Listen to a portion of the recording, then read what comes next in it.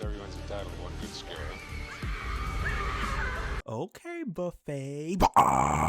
So I watched It Welcome to Derry episode 8, the season finale, and that was a great conclusion to this story. My expectations were high, I'm not gonna lie. If you watch my previous videos for this season, you know that my expectations have kind of been all over the place. But did the episode meet my expectations? Yes, I did in fact enjoy this finale. As a dense fog engulfs the town and General Shaw pushes ahead with his mission, the Hanlons, Rose, Dick, and the kids must work together to save Derry. Starting off with my positives, my favorite characters are still Lily, Ronnie, Charlotte, Marge, and I have to add Richie. Like, oh my god. But I do kind of feel a need to point out something. I'm definitely going to be in the minority, but when it comes to Will's character, his acting was really taking me out of the immersion. I'm not saying that it's bad, and I'm not saying that I disliked his character, but for some reason specifically, whenever he was acting afraid or hysterical, it was really taking me out, and I wasn't feeling that way towards any of the other child actors. I noticed it fairly early on, and I just tried to ignore it, but this is the finale, and I still feel the same way. I don't like pointing out acting, because as long as I'm immersed, I am completely fine, plus this is a freaking child, but I did find it to be a little distracting at times. When it comes to the story, there really isn't a lot of separate storylines going on in this episode since it's a finale. All the storylines kind of interconnect with one another, everybody joins in together to try and defeat Pennywise. There's some satisfying Easter eggs and reveals. This was just a really good finale that perfectly inserts itself into the newer It universe. But the opening of this episode in the school was so freaking good. I literally rewinded the scene 3 times because it was so crazy. Like, what is this energy? I'm loving it. When it comes to the cinematography, this episode was very ambitious, very wide scale compared to the previous episodes in this season, and kind of caught me off guard. Again, I never watched a single trailer, teaser, in the next episode trailer, in the weeks ahead trailer, anything for this show going in, which I'm glad I didn't, so I didn't have any idea of potential visuals or scenes that would happen later on in the season. But this episode definitely had a bigger budget, you could tell, which also leads into the effects. There is a lot of VFX and CGI in this episode, a lot. To be honest, I kind of just accepted it. Some of it was questionable, a lot of it was good, but that's just kind of how this season was as a whole. Tonally, this was a very emotional episode. Surprisingly, I did not cry because I was fully bracing myself. I mean, this is a prequel show, so I was kind of expecting the worst for a good chunk of the characters. I did cry in the previous episode, but let's not go back in time.